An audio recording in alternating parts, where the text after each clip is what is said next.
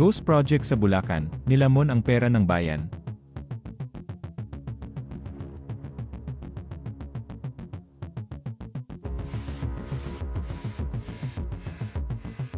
Nagulantang ang publiko ng personal na madiskubre mismo ni Pangulong Ferdinand Bongbong Marcos Jr. ang tinaguriang Ghost Project sa Barangay Piel, Baliwag, Bulacan. Wala kang makita, puntahan ninyo, wala kayong makita kahit na ano. Ayon sa record ng Department of Public Works and Highways o DPWH, natapos na raw ang Riverwall Project para sa flood control. Ngunit laking gulat ng Pangulo nang makita niyang wala ni kahit anong bakas ng konstruksyon. Walang poste, walang pader, at higit sa lahat, walang nagawang kahit isang araw na trabaho. Ang ginawa, kahit isang araw hindi nagtrabaho, wala. Galit ang namutawi sa Pangulo na nagsabing, walang ginawa kahit isang araw, kahit puntahan nyo, wala kayong makikitang kahit ano. Mabilis na kumalat ang balitang ito.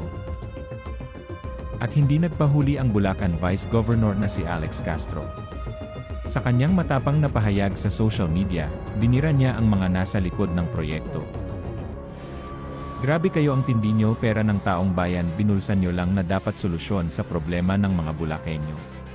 Kailangan may managot. Mariing mensahe ni Castro na agad umani ng atensyon mula sa publiko. Isang netizen ang nagsabi na malaking sampal ito sa mga opisyal ng Bulacan na tila walang alam sa ganitong anomalya. Hindi pinalampas ni Castro ang komentong ito at diretsahang sumagot, yung mga magnanakaw, hindi nila ipapaalam na magnanakaw sila.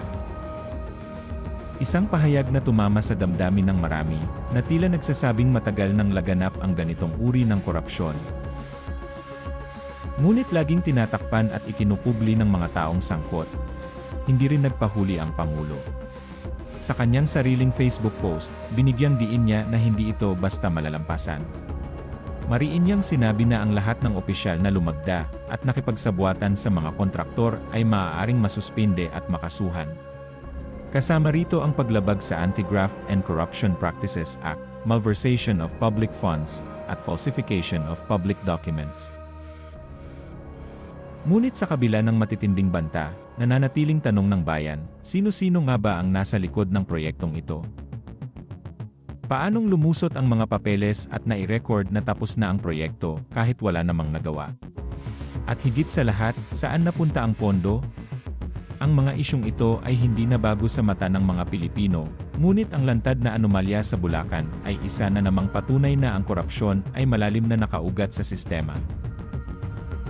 Habang galit ang Pangulo at matapang ang panawagan ni Castro, ang mga Bulakenyo ay naghihintay ng tunay na aksyon. Hindi lamang banta, kundi konkretong hustisya laban sa mga nagbulsa ng pera ng taong bayan.